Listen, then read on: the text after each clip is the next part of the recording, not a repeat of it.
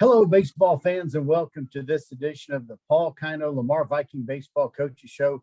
I'm Bill Frawley, and with me, as always, of course, head Viking baseball coach Paul Kino. Coach, how are you doing tonight? I'm good. I'm real good. Starting district this week. We don't start it. We have the bye, but we're playing Royce City on Wednesday and Saturday. So it's an exciting time. What did it take to get that series set up with Royce City, seeing as you had the district bye?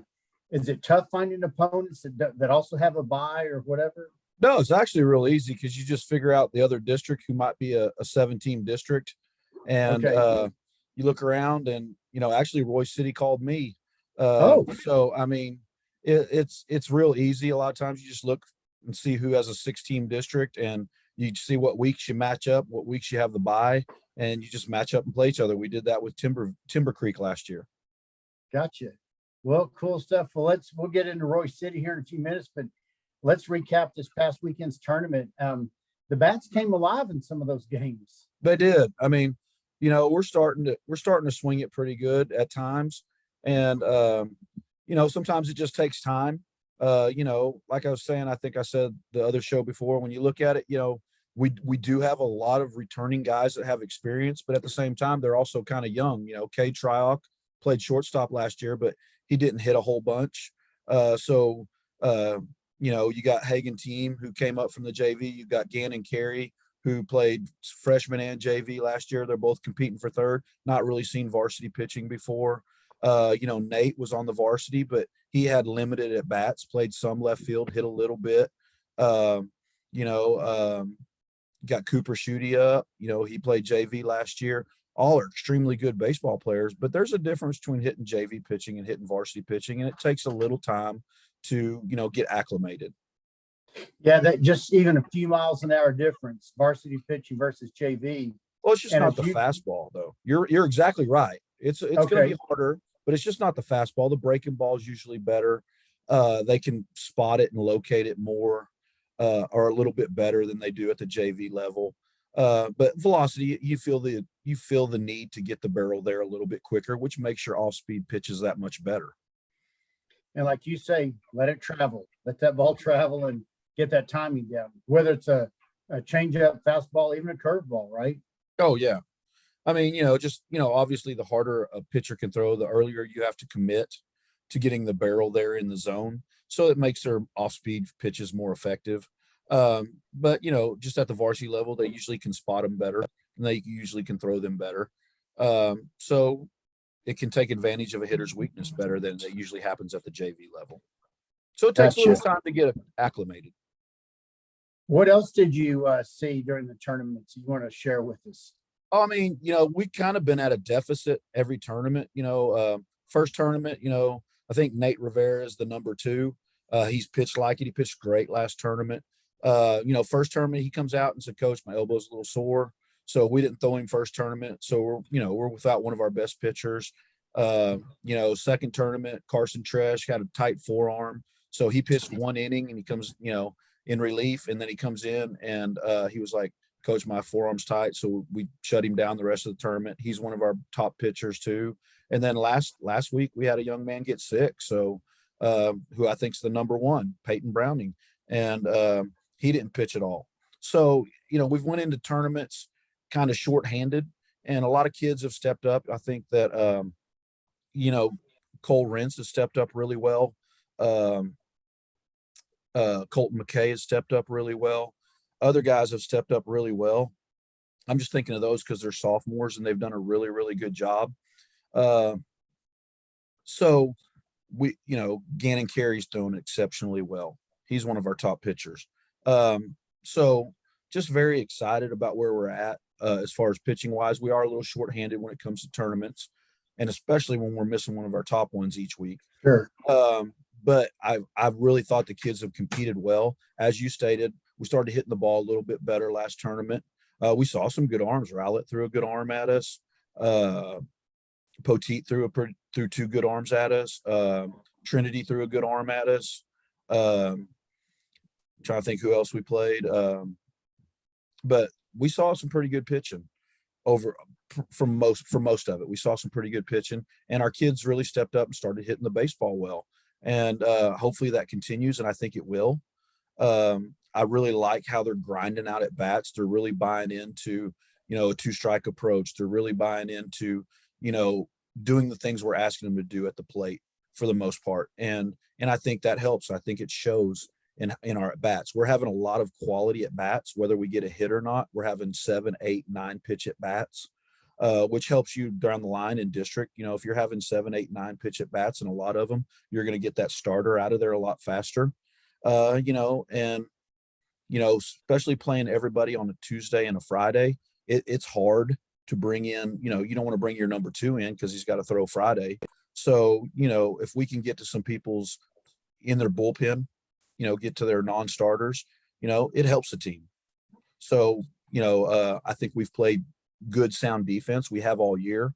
Every now and then they're high school kids. I mean, they're going to make an error every now and then, but for the most part, I think we're fielding at a 9.24 clip as a team. So, I mean, that's pretty good for high school baseball.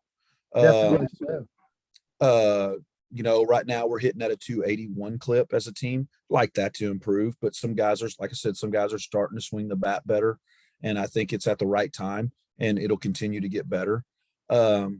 Pitching wise, I can't remember what our team ERA is, but feel real good about when those top guys can step out on the mound and compete for you.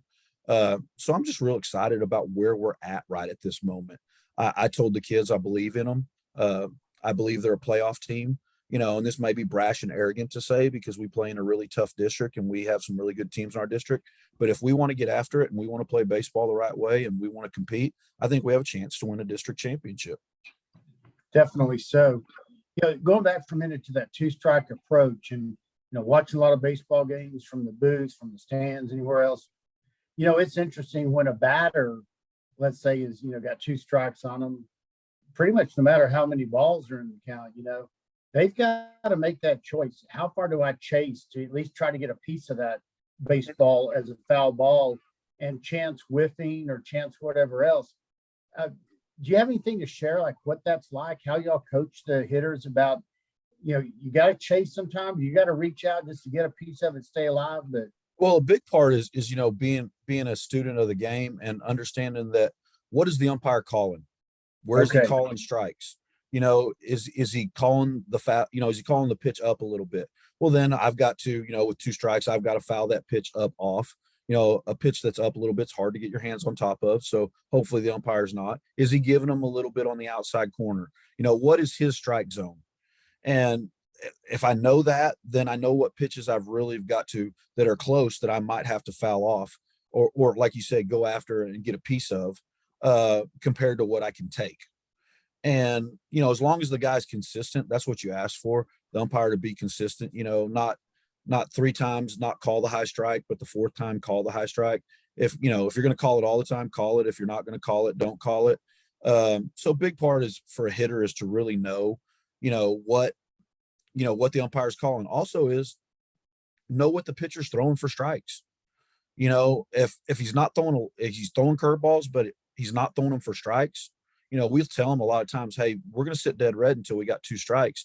But understand in the back of your mind, even though if you have 2 strikes, he's not throwing it for a strike very often. So I've really got to see that it's got a good chance to be a strike, or I need to take that pitch because, majority is not a strike if he's not throwing it there. Yeah, sure enough. And I'm sure that puts a little extra pressure on some of the players too. Some probably, I'm sure the older and more mature they get, the easier it is to do that. But, especially in high pressure situations where you're trying to help keep a rally going or get one started, that's got to be tough. But, go ahead. Go ahead. No, go ahead. Well, I was saying, and that umpire consistency has got to be huge. And again, sitting where I sit for a lot of those home games, you can start to learn what are they calling, but every so often, like, really? Yeah, I know what you mean. Not saying they're bad, but it's just consistent. Oh, trust me, we saw last year's playoff game. It was really you're not calling that? That ends the ball game. But a lot of it too is, we talk to our kids about the mental side, being able to control what you can control, have a routine you do before you get in the box, big deep breath, clear your mind, be focused. slow yourself down, because when it is that pressure situation, or, you got two strikes and it might be trying to keep a rally alive. Sometimes the game, you can let it move faster than what it actually is, or it seems like it's moving. And so you need to control your emotions, and that slows everything down. And you might not chase a pitch that you normally chase if your emotions are kind of running high at that time. True. So take a breath. Yeah, Maybe call time if you need to. You kind of exactly. reset. Well, speaking of that kind of stuff, it brings another question to my mind. Again, sometimes you'll see pitchers, it just looks like they're quick pitching, whether that's an official term or not, but it's like, well, that's got to be tough to face sometimes too, because It is. We had a kid doing that. This last tournament, and you just got to get in, you got to call time, and I'll talk to the umpires. The kids talk to the umpires, hey, he's quick pitching me. A lot of times, the kids will get in and call time, as they're getting in the box, so that the kid can't do that. Kids try to do it sometimes. Sometimes some umpires will let them get away with it, some won't. But you try to do alternative things to try to cope with that or control that situation. Yeah, sure enough. Well, I remember I probably mentioned this before in years past, but my son Dave was a catcher mostly. And I remember one time talking to him after a game, I said, man, that umpire sure seemed like he was calling stuff high and away. He goes, Dad, you know what the strike zone is, don't you? And I said, yes, like the armpit to the knee. And this, he goes, no, it's whatever the umpire says. That's so I was true. like, okay, good point. So, some of our kids have really good eyes. I mean, as far as knowing the strike zone. And sometimes they'll take a pitch and they'll be like, I can see it in their eyes, their body language. They're like, oh, that was a ball, and I have to tell them, hey, it might be a ball, but it's not a ball today. So you have to adjust to his strike zone, because he's not going to adjust to yours. There you go. And that's controlling what you can control and adapting to what you can't control, right? Exactly. Comes full circle. Good. All right. Well, let's move gears now into coming up on Wednesday and Saturday, the 2-game series with Royce City. And Coach, I saw the message you sent out on Sports U to the players, and I just thought that was really cool. What an encouraging message, not just, oh, y'all are good, come on, but like, hey, it's kind of also a call to action. If you guys want to put some fear in the district opponents who might be there in the stands watching, basically, you tell me more about what you got. I thought that was a great message. Oh, I mean, I want the kids to know I love them. I mean, we're playing our first home game. We've played away for 3 weeks in tournaments. We pretty much, because of the weather, we scrimmaged away because the other teams had turf. And so it's our first time playing our ballpark in front of our fans. I know we play Wednesday, Saturday, and the first week of district is this week. So Coach Goodman and we're going to split. He's going to go watch, or I don't know. We haven't decided who we're going to go watch as far as where each one of us are going to go. We know who we're going to go watch though. Right.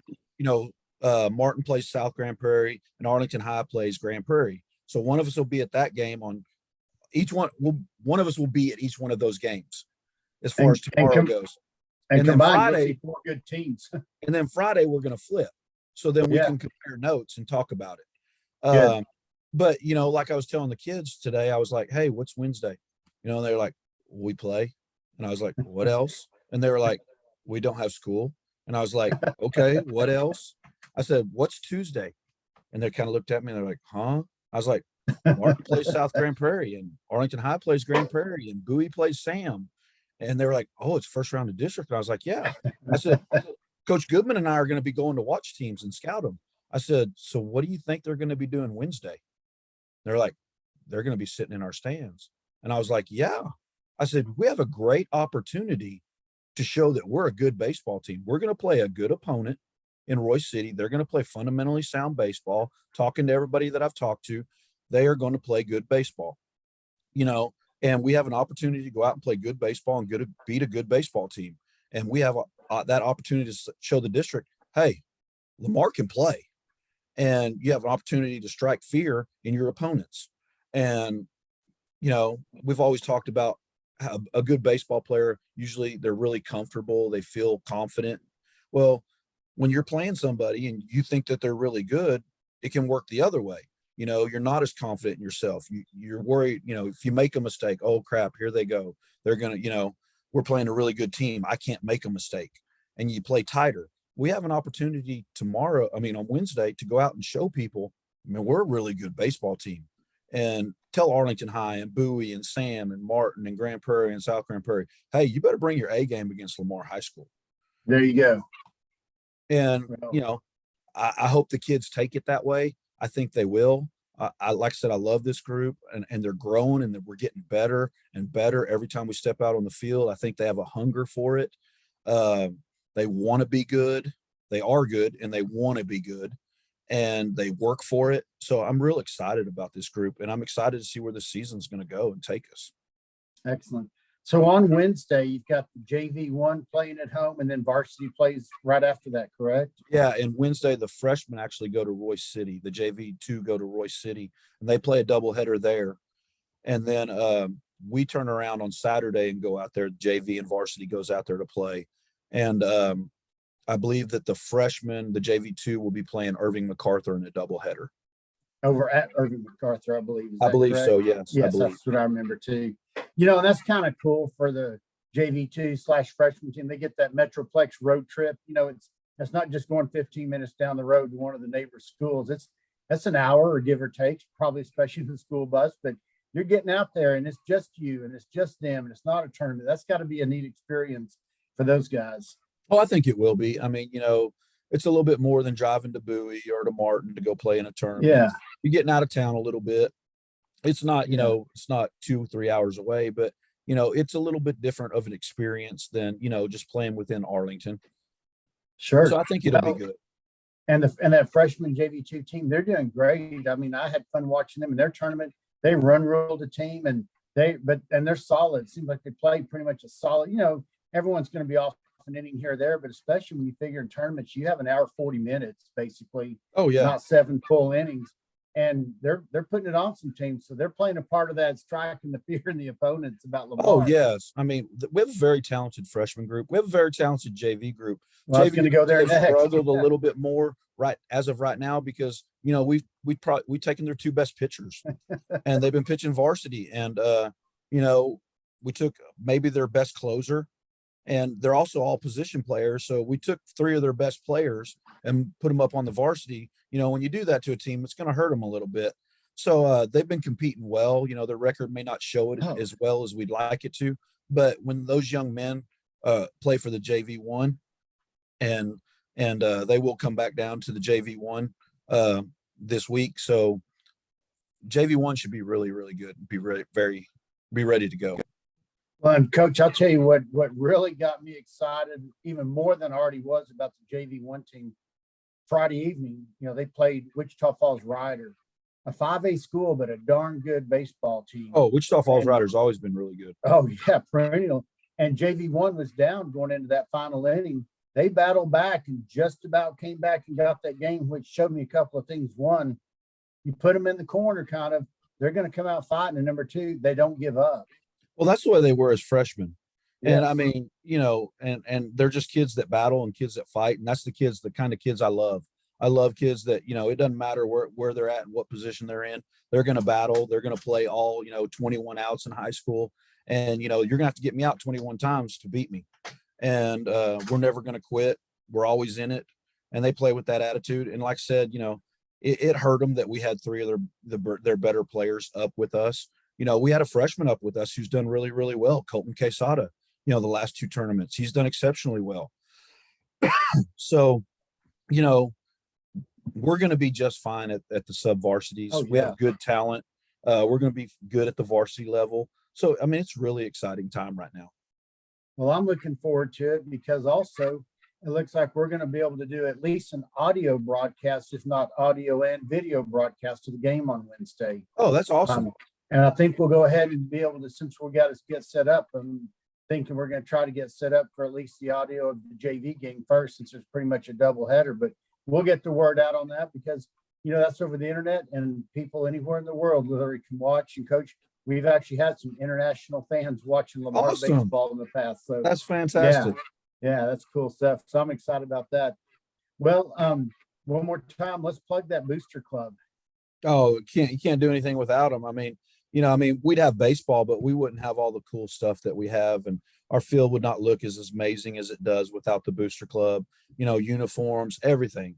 I mean, without the booster club, you cannot run a good high school baseball program without a good booster club. And like I said, I think we have the best one in the state of Texas. Incredible people. They work so hard for our kids. They work so hard for the program. So, I mean, the more, the merrier. We need to keep getting more and more people involved. Just everybody doing a little bit instead of just some people doing a lot. Yep. And go work concession stand. I mean, like you said, we talked about last time, it's a family and you have a good time and you get to meet new people and we just have great people. So, I mean, go meet some great people and work the concession stand, do whatever you can do to help the program, help your kids out, help help all the boys out. And I guarantee you'll have a good time doing it. Well, definitely so. And I got to meet some more new people last Friday at 4 games that were there. And it seemed like we had even a few more people show up and stuff. So appreciate everyone. Hey, I'm saying this, I don't have a son in the program anymore, but I still feel like a really close and tight with the baseball program. And so I'll say on behalf of others, thanks everyone that showed up to support it because it's great. No, it is. I mean, we're lucky. We have great parents. We have North Arlington is a great place to work and coach. We have great fan base. They come out and they support all our student athletes extremely well. And, I've been lucky to be here 22 years on staff at Lamar and 19 this is my 19th season as the head coach. So, I mean, we've always had great fan support. I mean, North Arlington, like I said, it's a great place to be. Oh, definitely. So, and speaking of North Arlington, so this past Friday during one of the games, Brandy from Raising Cane's came up. They're one of our big sponsors, and she came up, wanted to see a ball game part of it or whatever. Oh, that's awesome. Tabitha brought her up to the booth, and we got to visit for a few minutes. So that was really neat for someone that not only buys a banner, not only provides some resources, but then, hey, she came out and wanted to see what's up out at the ballpark. I thought that was really cool. No, that's fantastic. That's awesome. Yeah. So, well, Coach, anything else to add on before we close off tonight? No, I mean, thank you. Thank everybody for everything they do for our program. The coaches, thank them because they work very hard with our kids. We love our kids. Other than that, just excited, get ready to play some ball on Wednesday. Well, let's have a lot of Viking fans pack the stands and let's give them that home field advantage. And anyone that can make it to Royce City to watch the freshmen, do that, please. But the fan support is so important. Yes, it is. All right. Well, until next time, I'm Bill Frawley with head Viking coach Paul Kino saying VFND. Bye, everybody.